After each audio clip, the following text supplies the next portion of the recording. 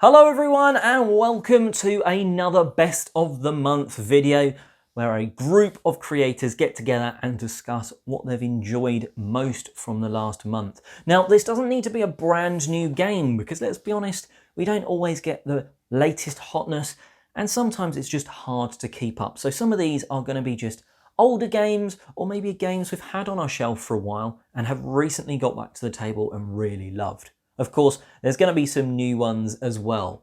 Anyway, enough of me talking, let's jump into the first creator. Hi, I'm Jordan with Jordan Plays Blue, and I just recorded this without hitting play, so we're going to try this again. My game of the month for November 2021 is Llama Land. Llama Land is from Phil Walker Harding, praise be, and Lookout Games, and they have done a bunch of really great games together. Barren Park is one of my all-time favorite games. Such a good game. They did Gingerbread House, which I also really enjoy, and this kind of feels a little bit like a combination of the two. It's got the polyomino tile laying that Barren Park does, but it also has the tile stacking and resource collection that Gingerbread House does. Now, I don't think it's better than Barren Park. I still love how streamlined Barren Park is, but I think this is definitely an upgrade from Gingerbread House. And so in this game, you have these polyomino tiles, and you're going to be building a landscape and stacking them as well. And whenever you place a tile on top of other tiles, you collect the resources based off of what you cover. And whenever you collect those resources, you can then turn them in for these llamas that are going to come and visit your pastures, and they stand on your little pieces, and then you can't build on top of them, and you score points based off of where your llamas are situated in your landscape.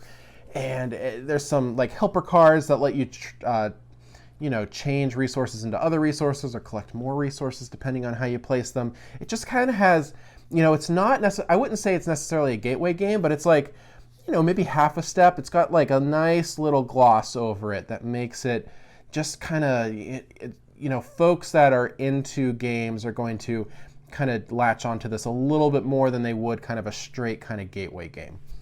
And this one feels like it was made kind of for me. It's got the Clemens Franz art that I really enjoy. It's got the whole Lookout package. It's, Phil Walker Harding, which is fantastic. But it's got the polyomino tile laying. It's got some light resource management. It's got some upgrades with the cards and objective things. And it just feels like it just comes together and the exact kind of game that I like. And this is probably going to be one of my favorites of the year. Probably not, I don't think it's my favorite, like the favorite of the year for me, but it's definitely up there. And I really enjoy this one. And I hope you guys enjoy it too if you have a time to check it out. If you're into these kind of lighter, I wouldn't even say this is medium weight. It's kind of in between medium and light. But if you're into these kind of games like I am, definitely check this one out because this is a winner for me. I'm Jordan. Thanks.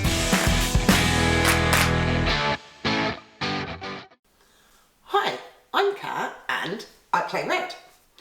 This month, my game of the month is Lunar Capital, designed by Jose Ramon Palacios and released by Devere Games. This is a tile-laying game. It happens over 12 turns. Each turn, you're going to draw a card and some tiles and place them into your tableau. However, the cards placed must be in numerical order, and you will score points by getting tiles of the same type next to each other. So, let's quickly have a look. I am going to take this card and this tile. I'm going to place a card and a tile. Play then goes to the next player. The board is restocked. And at the end of the first round, extra tiles are added. So in round 2, you're going to be taking a card and 2 tiles.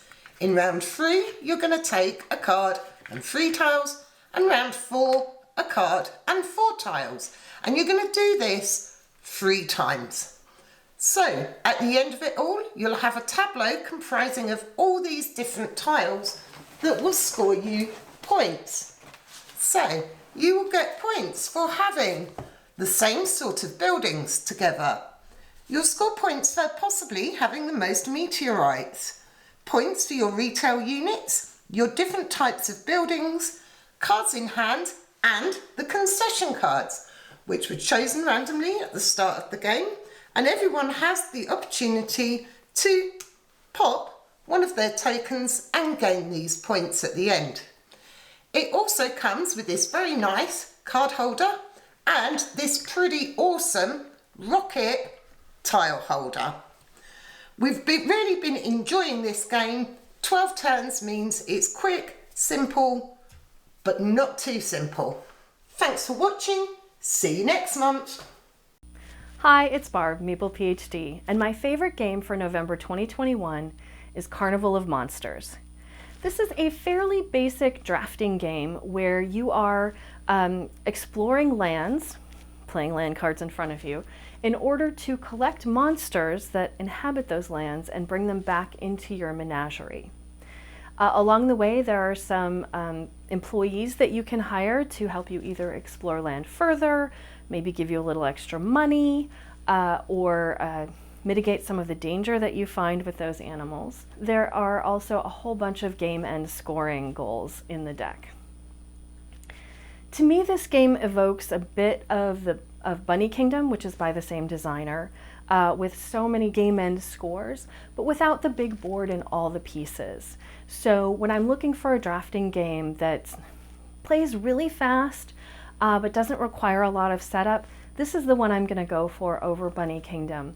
It's not going to replace Bunny Kingdom on my shelf because I love that game too much, but it is a nice accompaniment in order to get the same feeling but in much less space and a little less time as well.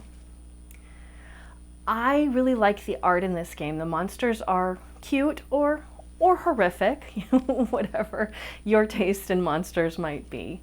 I like that there is a two-player variant on this that makes the drafting more interesting than it can be, often with two players. So you don't know exactly what's coming back into your hand, but you get an additional card in your hand each round from a draw stack, and then you also discard an additional hand. So you have a little more control on what you're passing to your opponent. There is a lot of luck.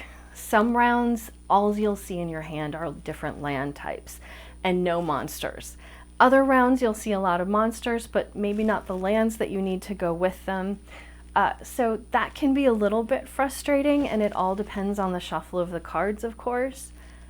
I find that the game plays fast enough that that doesn't bother me, and maybe we'll just shuffle up and play another game afterwards. But it is something to be aware of if you do not like depending on the luck of the draw. So if this sounds at all interesting, you might want to see if you have a friend with a copy and give it a try. Otherwise, I'll be back again next month with my favorite game. If you like astronomy and games, you should definitely go check out my channel. I am an astronomer and I find ways to connect astronomy findings to my game shelf, so that might be of interest. Otherwise, you can find me on Instagram and Twitter as @MeeplePhD and have a blog at meeplephd.com. What is up? My name is Matthew McCack from Room 51, and for this month's Game of the Month, or Best of the Month, I am picking Space Base. Space Base, I've been playing a lot of this month. I've been really enjoying it. It is new to me this month. I've heard great things about it, but I never actually got to play it. And oh my gosh, I have been enjoying it so much. It is a tableau building game where you're rolling dice and then you're trying to have your different cards like go off and have their special abilities go off based on the dice that you've rolled, which is really cool. But what's even more awesome is that even when it's not your turn, things could still happen on your board if people have rolled certain dice and if you've built up your tableau to make sure that, you want to have like, it depends, right? You could have like a variety of things go off while it's other players' turns, or maybe you're like really pushing for like that number 7 to come out or something like that, to have your special abilities go off even while it's not your turn. So you're always engaged in the game, which is really, really cool. So pretty much if you like the space theme, if you like tableau building, and if you like rolling dice, this game is for you. There's even a card in here where it's the automatic I win card. So normally you're racing to 40 points in this game, but there is an automatic I win card if you're able to like set it off. And I've actually managed to do it once. It was like my 3rd playthrough, but I know it's really hard to do, and I kind of can't believe I was able to do it and so quickly into, I guess, my experience of the game. But I knew that the card existed, and I knew that I needed to do it. But anyway, that is my best of the month, Space. Hey everybody, I'm Allison from Better Half Reviews, and my pick of the month is Rove. This is the newest game from Button Shy. I've had a lot of fun with it. It's puzzly and it's thinky, and I lose a lot at it, so it makes me keep wanting to try it and try to win. And you can find me, it's my husband and I, Bryce, we do Better Half Reviews. We're on Instagram and YouTube and a little bit on Facebook, so feel free to check us out. Hope you guys are having a good one. So my best of the month, I can't really give it to one of these boxes because I've enjoyed combining them. It has to go to Unmatched. It's one of those games that ever since I've played, I've thought about it. I've thought, oh, if I'd played that hero slightly differently, I could have won. Maybe, oh, that was a really epic thing that this hero did. Can't wait to face them again because I know it's going to happen.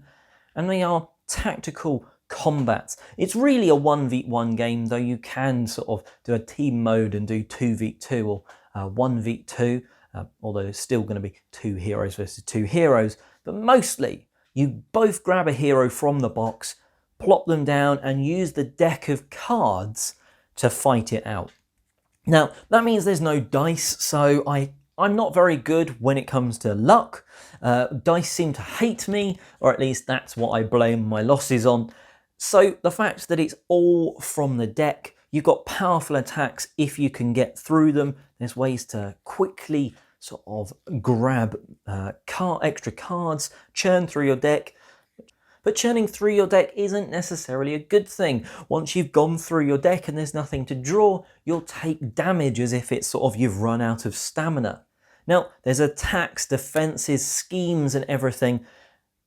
They make each hero feel very different, but what's impressive is that there's only 3 different things you can do on your turn.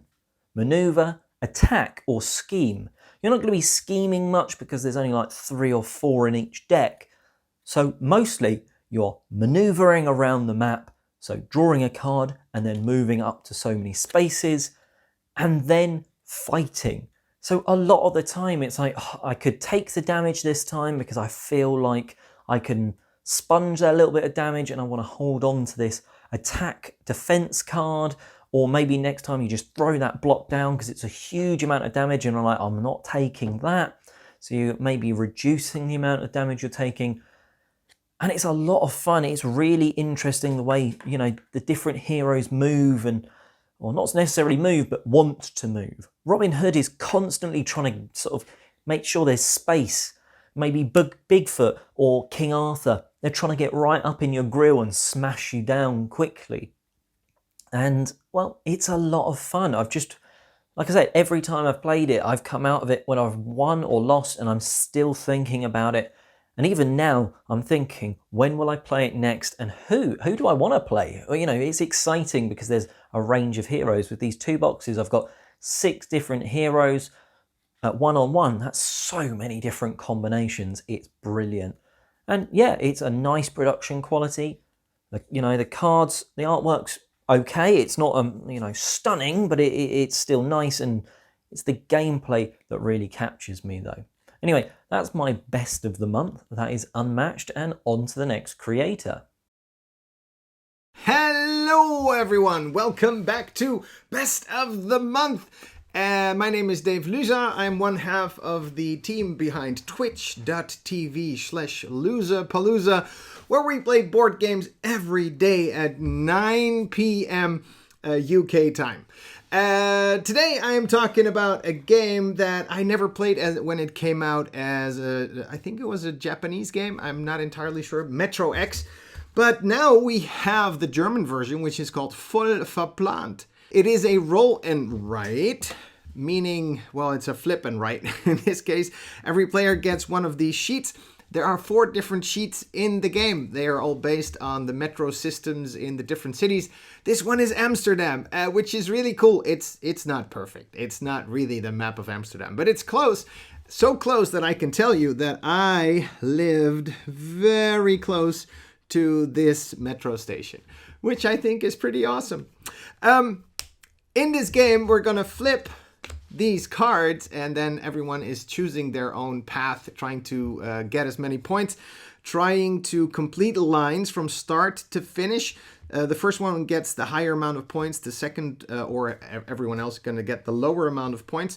Trying to fill as many of those stations as possible with X's, because empty spaces will be minus points at the end of the game. And sometimes you are allowed to get bonus points, have a different way of scoring points.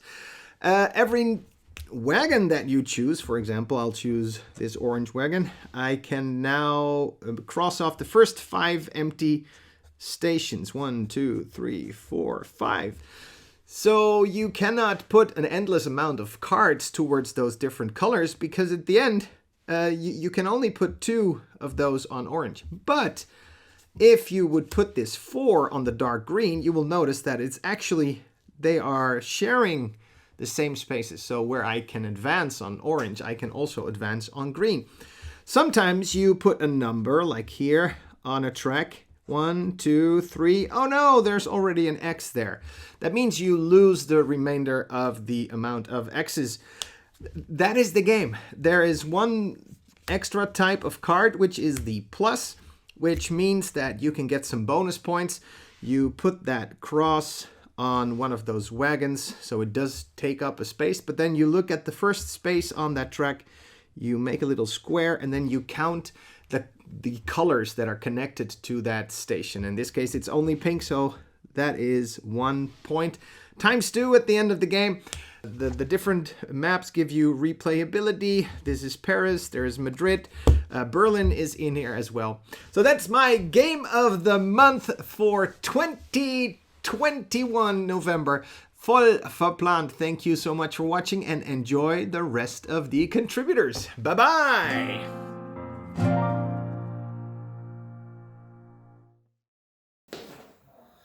Hello and welcome. My name is Adam from Board at Home. We are a board game specialist shop in Ramsgate High Street in Kent, England.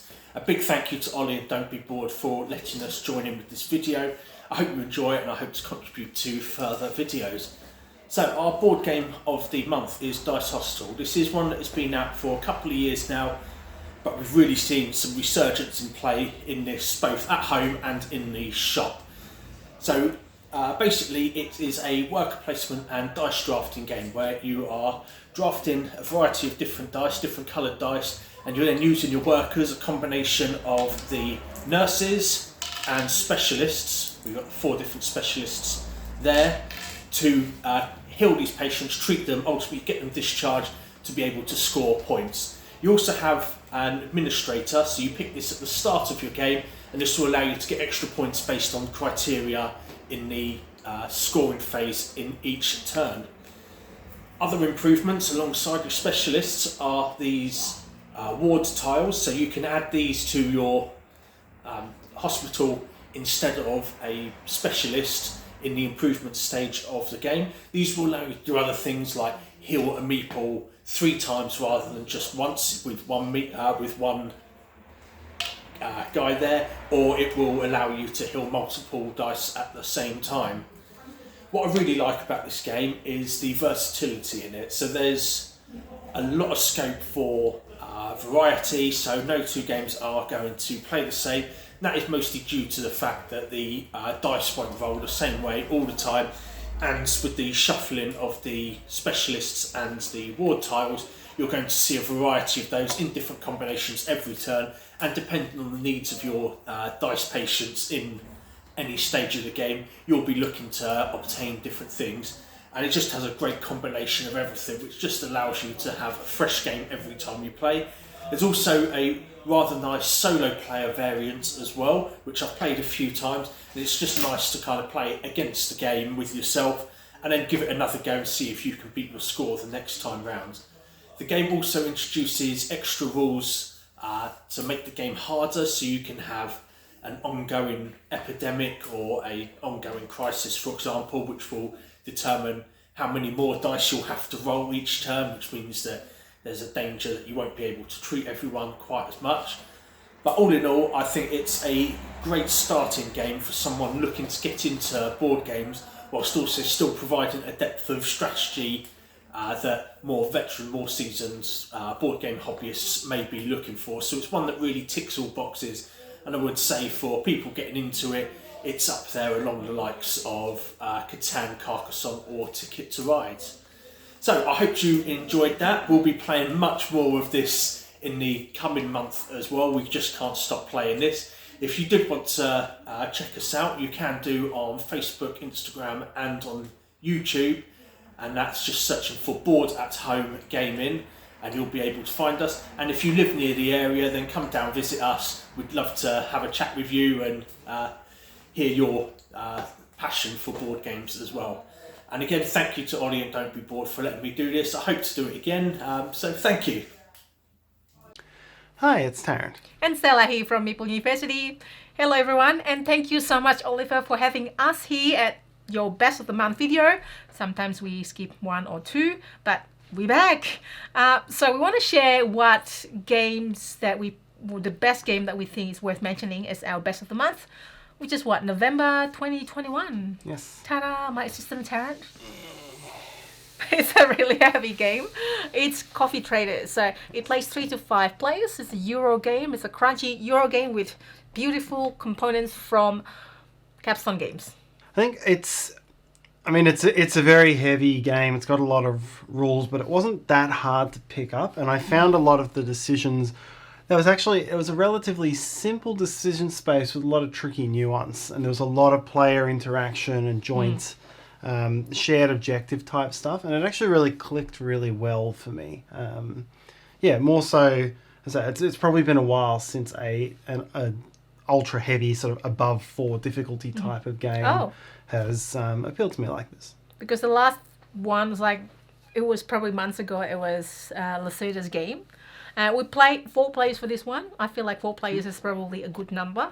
Yeah. It's 3 is probably still a bit free. 4 is, you get an extra things, an extra tokens, or actions. Or maybe it's not as tight. I don't know. We haven't played with 3 players. You might have. It did seem to balance pretty well with 4, with the 5 cooperatives and the 5 things. So yeah, it was. I enjoyed it. It's really. It's thinky, but as Terrence said, the rules is not as bad as some of Luza's game. When I say bad, I don't mean bad, but complex. That's what I mean. The components are very beautiful. It's very thematic, and there are different options. Let me think of Luza games in a way where there's action that can give you other bonuses. There's no executive actions, but yet there are that sort of feeling where you do this and you get another bonus, and which you have to maximize to kind of do well. It's like order fulfillment as well. You also can, on your contract fulfillment on your board, and also filling up orders, the competitive part on the coffee bar. Yeah, it had a lot of areas. It had a lot of areas where you got points for majorities, but also benefits for diversifying, or points for diversifying and benefits for majorities, and that sort of thing. It made all the decisions very tight. Quite tight and quite fun to optimize. And let's not forget that Meeple placement, the traders placement, that is really tight and competitive and tricky. Yes. So that's Coffee Trader. Hopefully you will get to play one day. And thanks for having us again, Oliver. Bye. Hey everybody, I'm Evan. And I'm Grayson. And here we are to talk about the best games we played in the month of November. I don't think we played a ton of games this month, but we played some good ones for sure. Mm-hmm. So my pick's going to be Monstrosity, which is basically a party game where one person is has to describe a monster, and they get 20 seconds to look at one of these monsters, and they're really strange looking monsters, right? Mm-hmm. They're bizarre, right? You only get 20 seconds to look at it. And then they get 2 minutes to describe it to all the other people, and then they have to accurately sketch it. And the other people can ask questions and stuff, and it's just a lot of fun, right? Because it's hard to be the describer. But it's hard to be the drawer too, because what are you talking about? What does this look like? I don't understand at all. So I'm just going to draw something strange. right? Yeah, so like, and the other person's like, no, it looks like this, because you can kind of picture it in your head, but then you start to forget it. And I don't know, it's just a blast to play. We've played it like a bunch of times, and like all age groups can play it, because all you're basically doing is talking about a monster, and then the other person's just drawing it. So I don't know. It's a really fun game that we've had a lot of fun with this month. So yeah, Monstrosity is my pick. So my pick is Machi Koro 2. It is the sequel to Machi Koro, which is like probably my favorite game of all time. Yeah. Which is one of the main reasons I picked this. But it was the time that we played it. It was really fun, and basically it's sort of like Machi Koro, except it's like trimmed down so that you only have to get 3 landmarks instead of the however many set there are. Mm-hmm.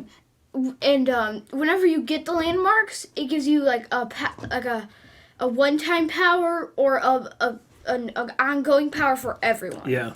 Well, I mean, it was a really fun play. There was a surprising card that, like, if you had enough money, you could immediately win. Yeah. Like, and it's like insanely expensive, but like the more cards you like the more landmarks you have, the cheaper it gets. Right. It's a really weird one. Right. But it was really fun. It's a lot shorter than Machi Koro. Right. So if you want to play a shorter game. Right. Right. Because the one we have is the deluxe with all the expansions and stuff. So that can go a long time, but that's fun too, though. It's fun. Yeah.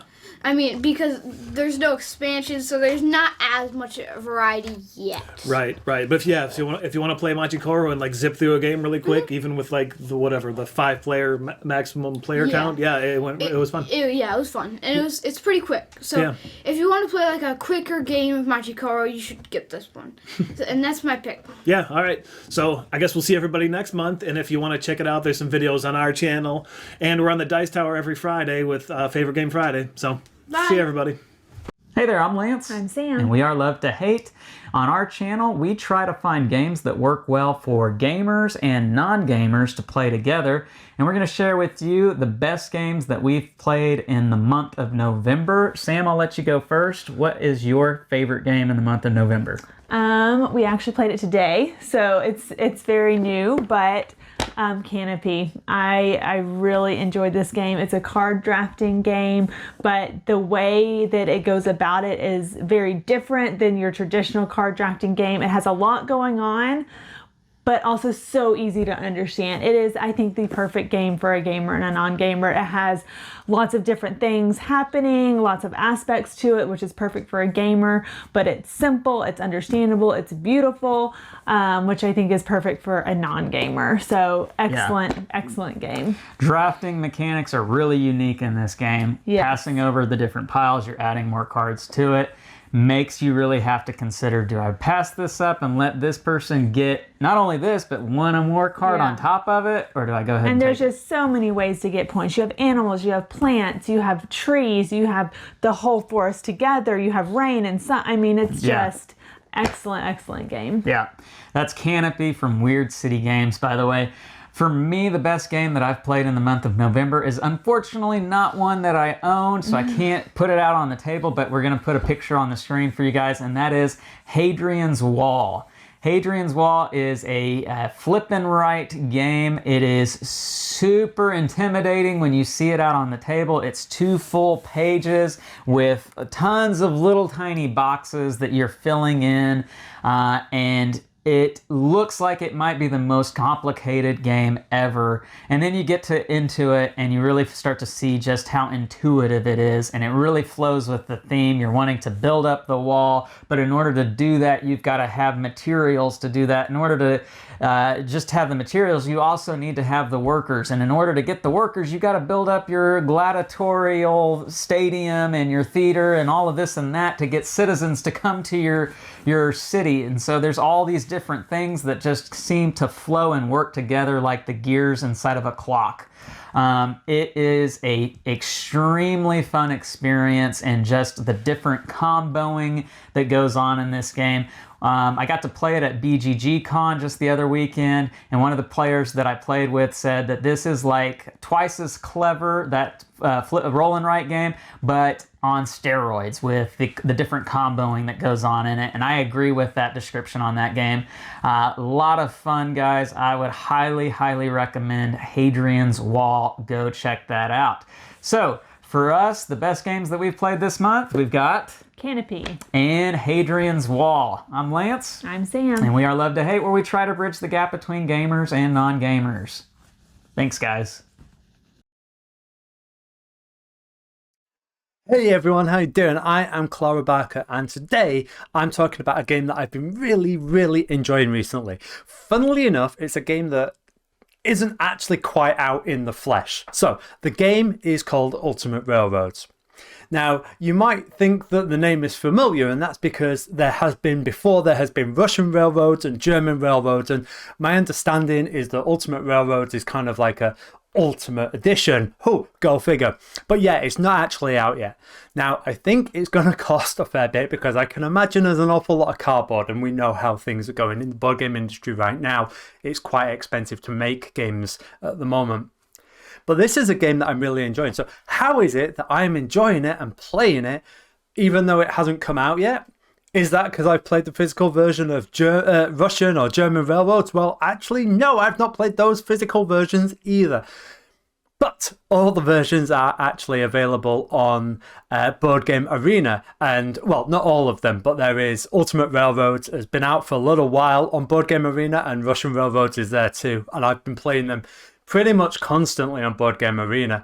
In fact, I actually have a game of each of them going at the moment, which is a little bit confusing. Now, what is it that I like about Russian Railroads? I'll be honest, Russian Railroads is a worker placement game, and I really enjoy worker placement games. So, you know, it's you've got to really try to get it wrong with me. But what I like with this is that there's a board and you're taking different actions, and obviously you're using limited workers to take those actions. But then you get these parts and you're working on your own little board, and it's got 3 railroads, and you're trying to build your tracks and move the tracks along, and depending on where you go, you get these different bonuses, and maybe you'll add a locomotive. So you might have been moving your track along the board, but then you realise you've not got a locomotive that fits, or you need to wait until a bigger one comes up to be able to get to those bonuses. There's actually a lot more planning, and all the games I've seen so far, you know, the points start small and then just sort of rocket. They sort of go off exponentially. And I haven't quite got I'm doing pretty good at building up a good level of points, but I haven't got to the, you know, really getting to those heights of those limits. So it's a game that I still feel I've got plenty of learning to do and plenty more to learn. And I'm honestly, as soon as it comes out on pre-order, I'm going to be adding it if I can afford it at that time, because it's just such a pleasurable game to play. It speaks to me. It's exactly what I want from a board game. In fact, I've been trying to design a worker placement, and there's aspects in this that I'm like, oh my goodness, that's what I was thinking. And they beat me to it. But yeah, so that is Ultimate Railroads, but I can also recommend Russian Railroads and probably German Railroads. And until next time, take care and bye! And that about wraps us up. Now, that is 2 months in a row that a creator has mentioned Ultimate Railroads. So I feel like that's the game that I'm going to need to try and get to the table, isn't it? What is the game that you've heard about today and you're like, okay, that really excites me, I want to play that? Let us know in the comment section below. And of course, check out all of the creators that were on today's show. Their information is in the description box below under their timestamps, so go and check out their channels or socials. They are all brilliant people. Of course, check out last month's show. Then obviously they're not really time dependent, more epic games for you to find out and hear about. And until next time, have a great month's gaming, and I'm Oliver East signing out.